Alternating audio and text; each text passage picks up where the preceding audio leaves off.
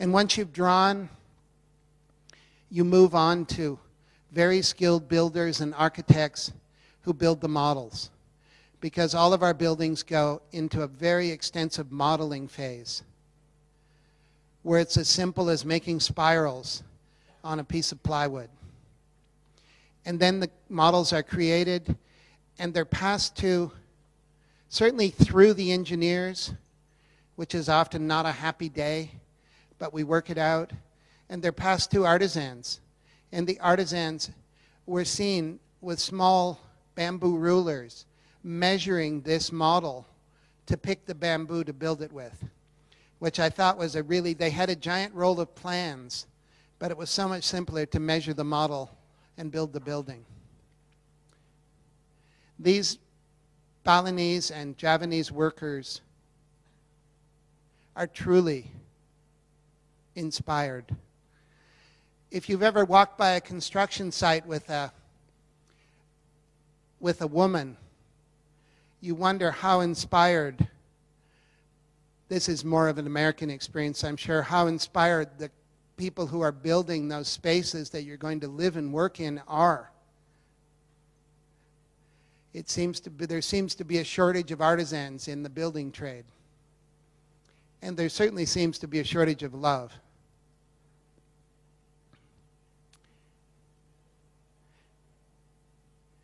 The builders are probably having as much fun as they've ever had in their lives.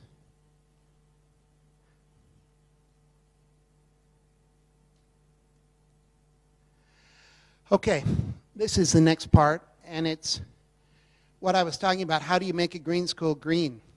This is about 5 minutes, and it will just give you an overview. We had a wonderful man named Gavin Fang who came from Jakarta, who works for the Australian Broadcasting Corporation, and he did a short piece on the school and what we're doing. So this will bring you some information.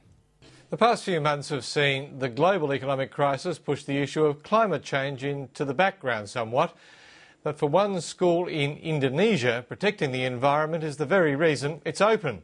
It's called Green School, and it's an experiment of sorts in training the next generation to be the stewards of the planet. Indonesia correspondent Gavin Fang reports.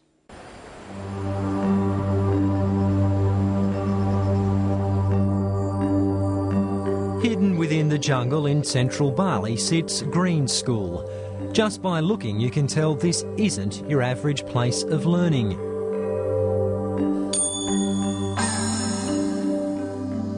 Instead of concrete classrooms, open-air bamboo buildings sit nestled within the trees.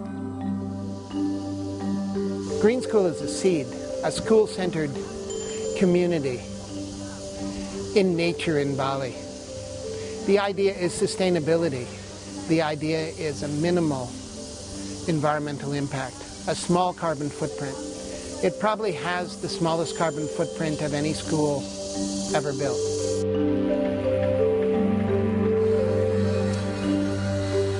Construction on the school began 18 months ago and is still to be finished. The school's central building, called Heart of School, is being built almost entirely of bamboo. In fact, just about every part of this school is either bamboo or mud brick. There's bio-friendly toilets, and school lunches are made from food harvested on the campus. It's all the creation of jewellery designer John Hardy and his wife Cynthia. But their ideas go beyond just the physical architecture. The couple believe that children are the key to saving the environment, and it starts with their education. I believe that children need to experience the physicality of greenness. Teaching green in an unsustainable concrete box may not be all that effective. We felt that it might be possible to take a new step, combining holistic education and an environmental model. Hands up. No talking up. More than 100 students from 17 different countries, including 20 Indonesian scholarship holders, are now studying at Green School, from tiny kindergarten kids to precocious high schoolers. Eugene Walensky moved his daughters from Australia to go to Green School. I think it was a recognition that we're all dealing with a host of environmental issues that really do need a slightly different way of being tackled. And obviously, fundamental to that is through the education, and particularly the education of our kids. So that really was the hook. It was about coming to a school where there was an obvious connection between the school, the infrastructure, the structures, and the environment, and that was instantly very appealing to us.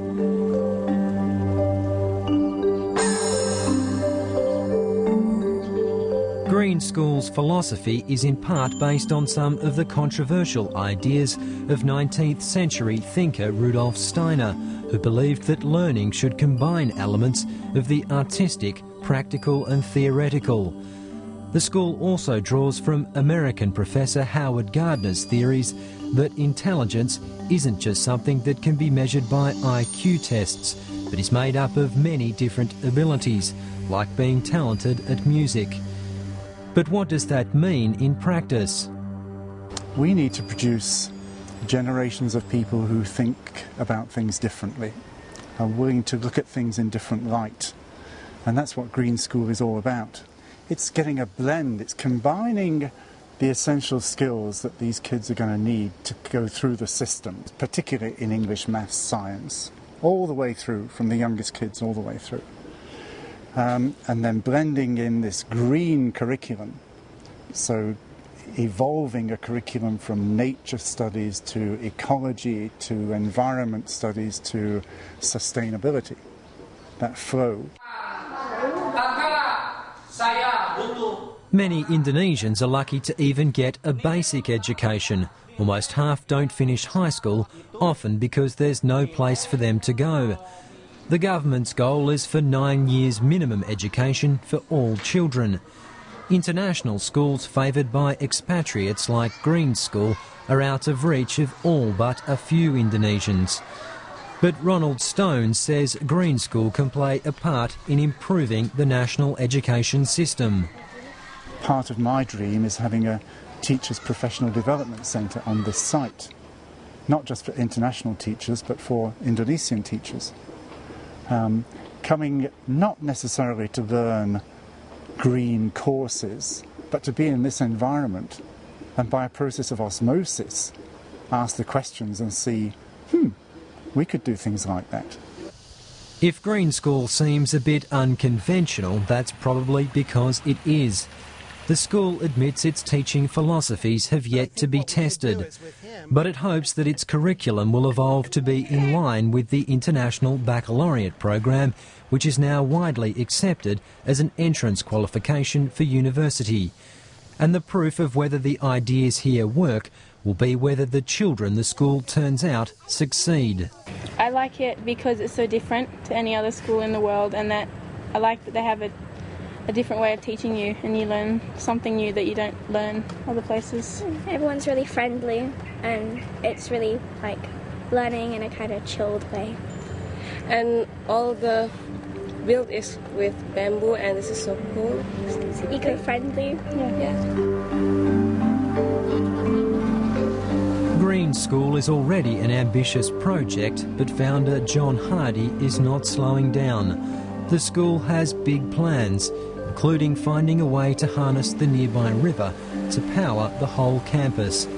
And it wants to expand with new schools both in Indonesia and in other countries to expose a whole generation of children to its green message. This is the Green School flag. It sits on the side of the road just south of Ubud, and it really marks in a pretty uniform landscape where Green School is. This is the place. It's green. It's the ex-garden of about 10 Balinese families. The campus is about 8 hectares. I don't know how many rai that is, but I'm sure the translator does.